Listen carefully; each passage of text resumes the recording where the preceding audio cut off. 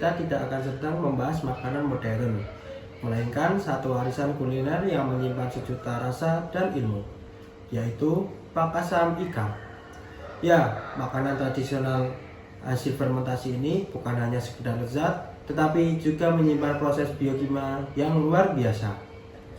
Proses fermentasi pada Pakasam membuatnya awet secara alami. Bagaimana sih? Karena bakteri baik, terutama bakteri asam laktat atau PAL, mengubah karbohidrat dari nasi atau karak menjadi asam laktat. Nah, asam inilah yang menurunkan pH dan menghambat pertumbuhan bakteri jahat.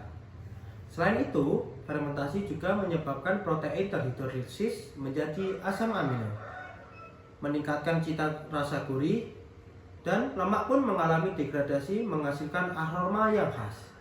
Jadi, fermentasi bukan hanya pengawetan, tetapi juga transformasi rasa dan gizi. Tapi tunggu dulu, proses fermentasi tidak selalu aman jika tidak dilakukan secara higienis.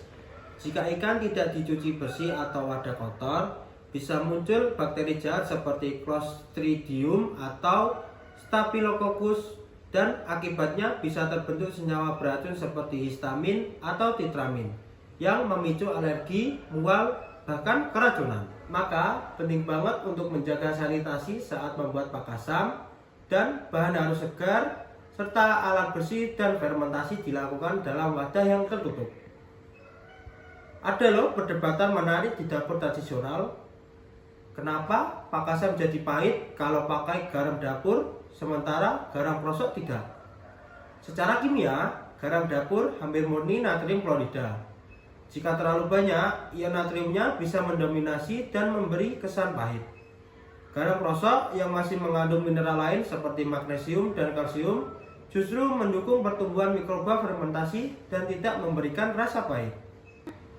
Tapi hati-hati loh, garam krosok yang tidak bersertifikat bisa mengandung logam berat.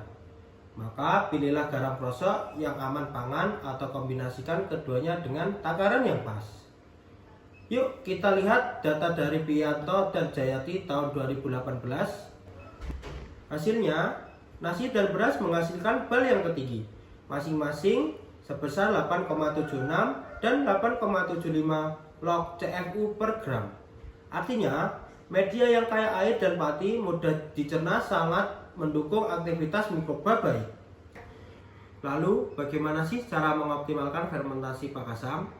Solusi yang pertama, gunakan nasi matang segar sebagai media fermentasi utama. Lalu, kombinasikan dengan karak dan memberikan stabilitas kelembapan. Selanjutnya, pilih garam krosok yang aman pangan dan gunakan secukupnya. Yang keempat, fermentasi dalam wadah tertutup dan bersih.